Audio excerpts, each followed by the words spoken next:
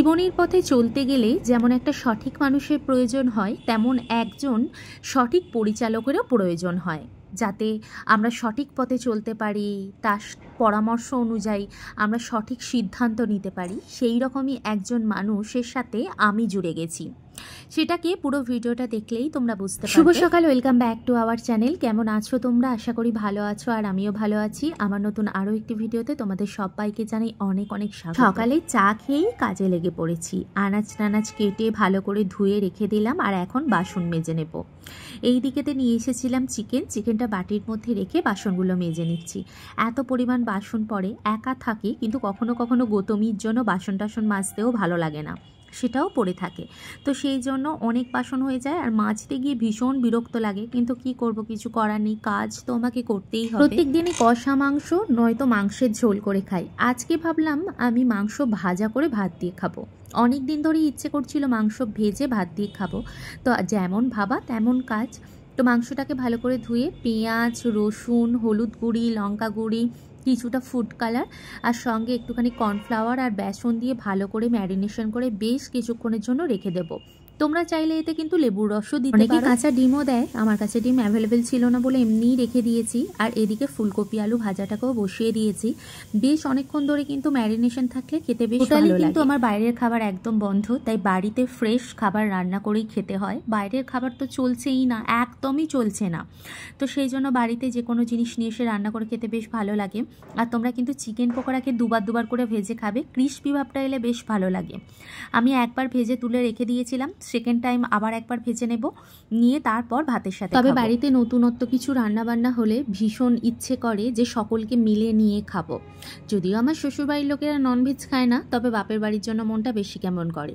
দুই ভাই খেতে ভীষণ পছন্দ করে, আমার ওই বাপের বাড়িতেও সকলে খেতে পছন্দ করে, তাই ইচ্ছে করে সবাই মিলে বসে এরকম করে চিকেন পকোড়া খেলে কেমন ভালো হতো বলো তো। কিন্তু ওই যে সময় সুযোগ কোনোটাই হয়ে ওঠে না। তোমাদেরকে একটা টিপস বলবো, যারা বাড়িতে একা থাকো বা যাদের মধ্যে মনের উপর দিয়ে অনেক প্রেশার যাচ্ছে, অনেক লোক অনেক কথা বলছে, অনেক ভিতর থেকে কষ্ট পাচ্ছ, নিজের মানুষেরা বেশিরভাগ সময় ধরে বলছে, তাদেরকে একটা মাত্রই টিপস আমি দেব। একটা দীর্ঘ নিঃশ্বাস নাও, তারপর সেটাকে ছাড়ো, আর তারপরে তুমি প্রেমানন্দ মহারাজের একটা সুন্দর বাণী শোনো। দেখবি জীবনের সব টেনশন দূরে চলে গেছে। আর যদি প্রচুর পরিমাণ তুমি ডিপ্রেশনে চলে যাও, খুব কষ্ট পাও মন থেকে, তুমি একটা কাজই করতে পারো, সেটা হচ্ছে নিজেকে একটু সময় দাও, বাড়ির একটা কোণে চলে যাও, সেখানে বসে অঝরে তোমার মনের কষ্টটা কেঁদে পুরো হালকা করে নাও। আর যেটা তুমি করতে পারো সেটা হচ্ছে, যদি তোমার মনে আরও কষ্ট থাকে বা যে কষ্টগুলো কারো কাছে প্রকাশ করবার মতো নয়, খুব কষ্ট পাচ্ছ ভিতর থেকে, তুমি একটা কাজ করতে পারো। সেটা হচ্ছে পুরো ফাঁকা জায়গা থাকবে, সুন্দর হাওয়া বইবে, সবুজ চারিদিক প্রকৃতি থাকবে, সেই জায়গাটাতে বসে তুমি প্রথম থেকে জীবনের এই বয়স পর্যন্ত তুমি কি কি করেছো সেটা যদি তুমি মন দিয়ে একটু ভাবো, তাহলে জীবনে তোমার সমস্ত প্রবলেম শেষ হয়ে যাবে। আমার খাওয়া দাওয়া করা, ঘরের কাজকর্ম সব কিছু করা হয়ে গেছে, আর এখন একটু হাঁটা চলা করে তারপর যাব নিচেতে। প্রচণ্ড পরিমাণে কোমরে আর হাত পাগুলো ব্যথা করছে।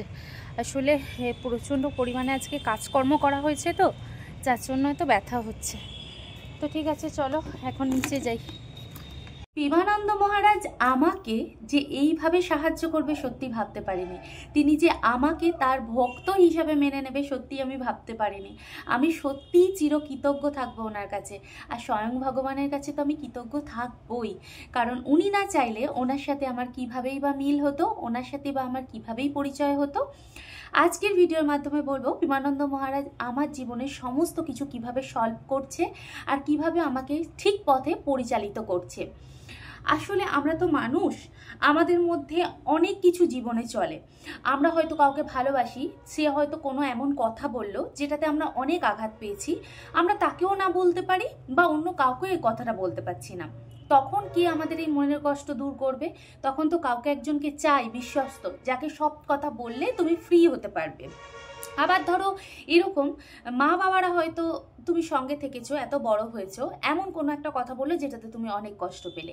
আবার ধরো হাজব্যান্ডের জন্য তুমি এত কিছু করছো, কিন্তু হাজব্যান্ড এমন কিছু কিছু কথা বলবে যেগুলো স্ত্রীর মনে অনেক কষ্ট দেয়। এইসব কষ্টগুলো কিন্তু আমরা কারো কাছে প্রকাশ করতে পারি না। তুমি যদি একটা সাধারণ মানুষের কাছে প্রকাশ করো, সেটাকে নিয়ে হয় হাসাহাসি করবে, নয়তো তোমাকে খিল্লি করে তুলবে। কিন্তু তুমি যখন কোনো জ্ঞানীগুণী ব্যক্তির কাছে এই জিনিসগুলো শেয়ার করবে, তখন কিন্তু সে তোমাকে সঠিক পথে নিয়ে যাবে। তো সেই রকমই প্রেমানন্দ মহারাজ আমাকে সঠিক পথে নিয়ে যায়। আমি হচ্ছি এমন একজন মানুষ, ভীষণ আর কি ভিতর থেকে, পুরো মনের ভিতর থেকে আমি ভীষণ ভেঙে পড়া একটা মেয়ে। আমার জীবনে অনেক ঘটনা ঘটেছে যেগুলোর জন্য আমি প্রায় সময় ডিপ্রেস থাকি। আমার হাজব্যান্ড যিনি অনেক দূরে থাকে, তাকেও আমি সব কথা শেয়ার করতে পারি না। আর শ্বশুরবাড়ি এমন একটা জায়গা, সেখানে তো সব কথা শেয়ার করা যায় না, কারণ তোমার ভালো জিনিসটা নিয়ে তারা তোমার সঙ্গে বাহবা দেবে না, হিংসে করবে। আর তোমার খারাপ জিনিসটা নিয়ে তারা যে পিছনে হাসাহাসি করবে, সেটা আমি খুব ভালো করেই জানি। আর শ্বশুরবাড়ি হচ্ছে এমন একটা জায়গা যেখানেতে সব সময়ের জন্যই একে অপরের সঙ্গে টক্কর দিয়ে চলবার চেষ্টা করে।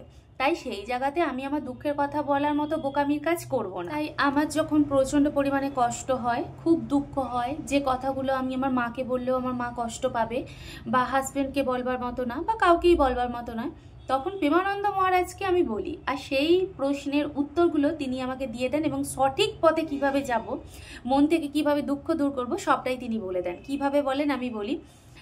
যখন আমার মনে কোনো প্রশ্ন আসে বা কষ্ট আসে, আমি হয়তো অঝরে কাঁদছি, হঠাৎ করে আমি ইউটিউব খুললাম বা ইনস্টাগ্রাম খুললাম বা ফেসবুক খুললাম, হঠাৎ করে দেখলাম সেই টপিকটা নিয়েই কোনো একটা আলোচনার ভিডিও আমার সামনে চলে এসেছে। আর সেটা আমি দেখার পর আমার মনটা এত ভালো হয়ে যায়, এত খুশি হয়ে যায়, ধারণার বাইরে। প্রচুর মজা লাগে, প্রচুর আনন্দ লাগে, প্রচুর ভিতর থেকে একটা মনটা খুশি খুশি মতো লাগে, কারণ আমি সেই প্রশ্নের উত্তর পেয়ে গেছি। আমরা যখন জীবনে আমাদের প্রশ্নের কোনো উত্তর পেয়ে যাই, তখন কিন্তু আমরা সব থেকে বেশি খুশি হই। আর সব থেকে বড় জিনিস কি বলতো, আমি আমার প্রশ্নের এই উত্তরগুলো, আর উনি আমাকে অত দূর থেকে সাহায্য করছেন এইভাবে, শুধু আমাকে না, গোটা ভারতবর্ষের প্রত্যেকটা মানুষকেই যে এইভাবে সাহায্য করছে, সত্যি কথা বলতে কি আমরা অনেক অনেক অনেক কৃতজ্ঞ ওনার কাছে। সত্যিই উনি কলিযুগের ভগবান। না হলে মানুষের মনের কষ্টগুলো ঠিক কিভাবে দূর করেন, আর আমি যখন যে জিনিসটা প্রশ্নের উত্তর চাই, সেটাই কি করে আমার সামনে আসে। সত্যি ভগবান আছে। তো যাই হোক বন্ধুরা, আজকের ভিডিওটা এতটুকু। কেমন লাগলো অবশ্যই কমেন্ট বক্সে জানিও। আর তোমরাও চাইলে প্রেমানন্দ মহারাজের কিন্তু ভিডিওগুলো দেখতে পারো। ওনার ভিডিও দেখলে মন তো শুধু না, মাথার মস্তিষ্ক থেকেও সমস্ত ডিপ্রেশন বেরিয়ে যাবে, আর সুন্দরভাবে তুমি ঘুমোতে পারবে। ভালো থেকো।